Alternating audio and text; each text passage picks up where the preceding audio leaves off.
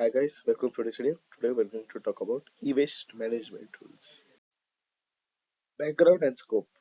The growing problem of e-waste requires greater emphasis on recycling of the e-waste and better e-waste management. In the light of above, the Ministry of Environment, Forest and Climate Change (MoEFCC) on November 2022 has notified e-waste management rules 2022, which has been replaced by the e-waste management rules 2016.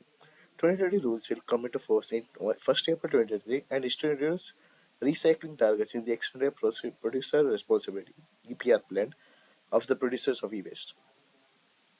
EPR is a policy-based approach wherein responsibility is casted over the producers of specific category waste for the treatment and safe disposal of such waste. EPR mechanism under the jurisdiction focused more on the producer's responsibility to collect by the e-waste introduced in the world and provided collection targets, whereas the EPR regime under 2016 provides an annual e-waste recycling target to the producers. This will ensure proper recycling and safe disposal of e-waste. Highlights of Rule 2022. Scope and definition. Scope of applicability of rule has been restricted to manufacturer, producer, refurbishers, dismantlers, and recyclers of e-waste. MPRDR. Unlike 2016 rules, wherein dealer, consumer, bulk consumer, and collection is also covered. The definition of term e-waste has been widened to include solar photovoltaic modules or panels or cells which are discarded as waste, and the term bulk consumer has been widened and simplified. Now, any entity which has used at least 1,000 units of electrical and electronic equipment listed in Schedule 1 of 2022 rule at any point of time in a particular financial year, including the year, will be considered as bulk consumers of e-waste. The term EPR has been redefined to mean responsive to any producer of electrical or electronic equipment as given in Schedule 1 for meeting recycling targets Scale 3 and Scale 4 only through registered recyclers of e-waste.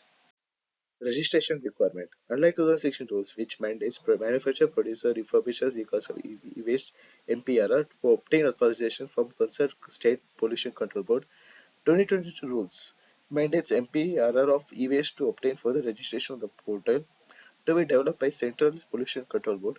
Further, 2020 rules bars MPRR to operate its business without obtaining a for sale registration and or to deal with any unregistered MPRR.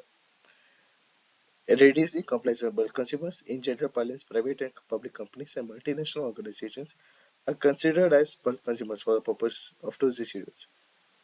Introduction of recycling certificate. The concept of obtaining EPR recycling certificate has introduced by 20 rules for facilitating the fulfillment of EPR targets. Producers can now purchase online EPR recycling certificate from registered recyclers for the future targets under the recycling targets under 2020 rules. The concept of deferred reliability has also been incorporated in 2020 rules. Now, refurbisher will be issued a refurbishing certificate for a particular quantity of refurbished products, whereby the life of such product has been extended.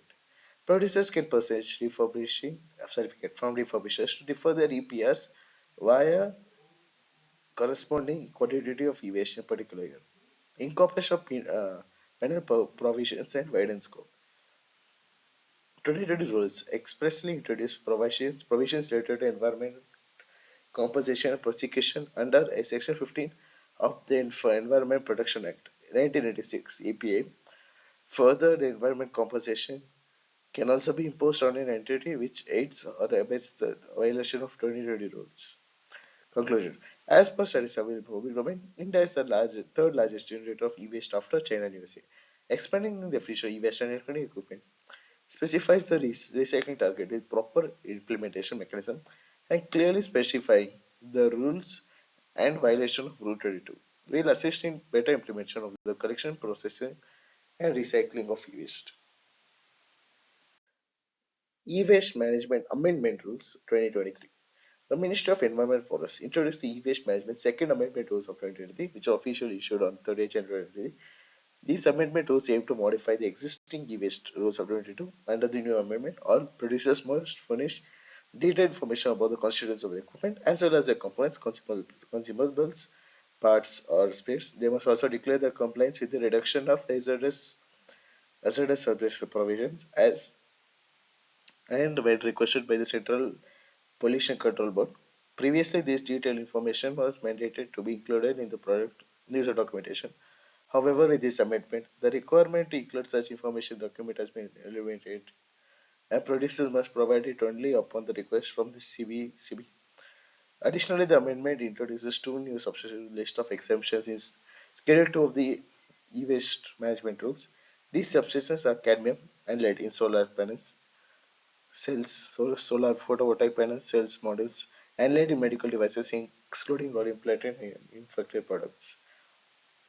E-waste refers to electrical and electronic equipment, either in its entirety or a part, that is discarded as e-waste by consumers, bulk consumers, or as rejects from manufacture, refurbishment, and repair processes.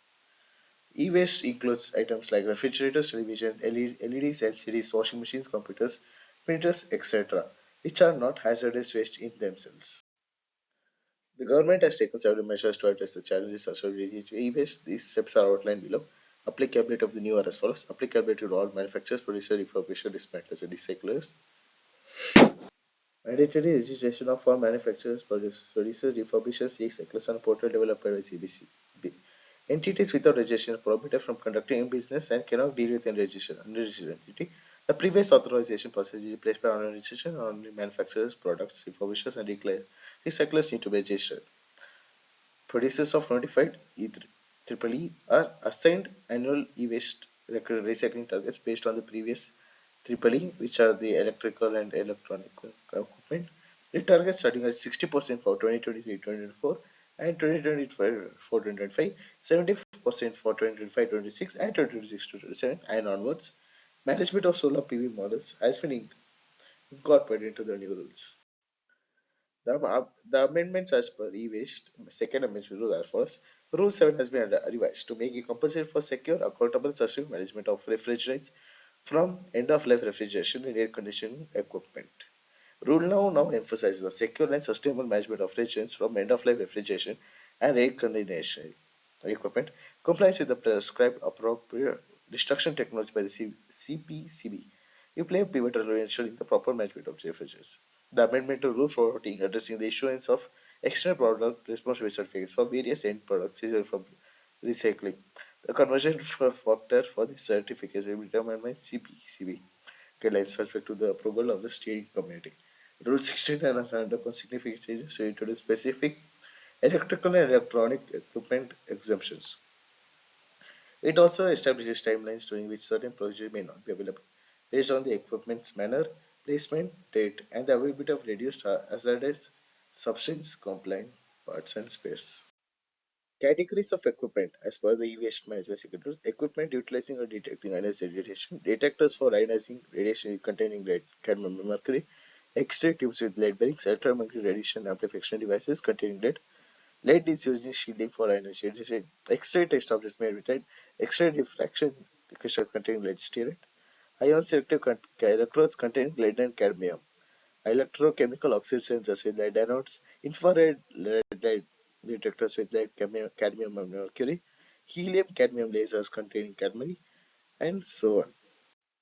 Conclusion: the C-Waste Second Amendment rules establish a set of guidelines applications for producers of electrical and electronic equipment and their companies in India. One of the key mandates is that producers must ensure that their products don't contain hazardous substances like lead, mercury, and other materials beyond the maximum prescribed concentration limits. This is to prevent the harmful environment and health impacts that can arise from the improper disposal and recycling of waste. The rules encompass various measures to further address the challenges associated with e-waste management.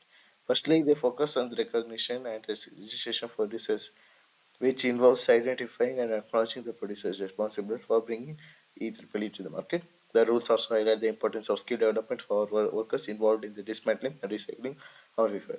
They are therefore recommended to take the guidelines to ensure the compliance is required for a business as per the e-waste management second amendment rules. And that brings us to the end of the video. Thank you for watching.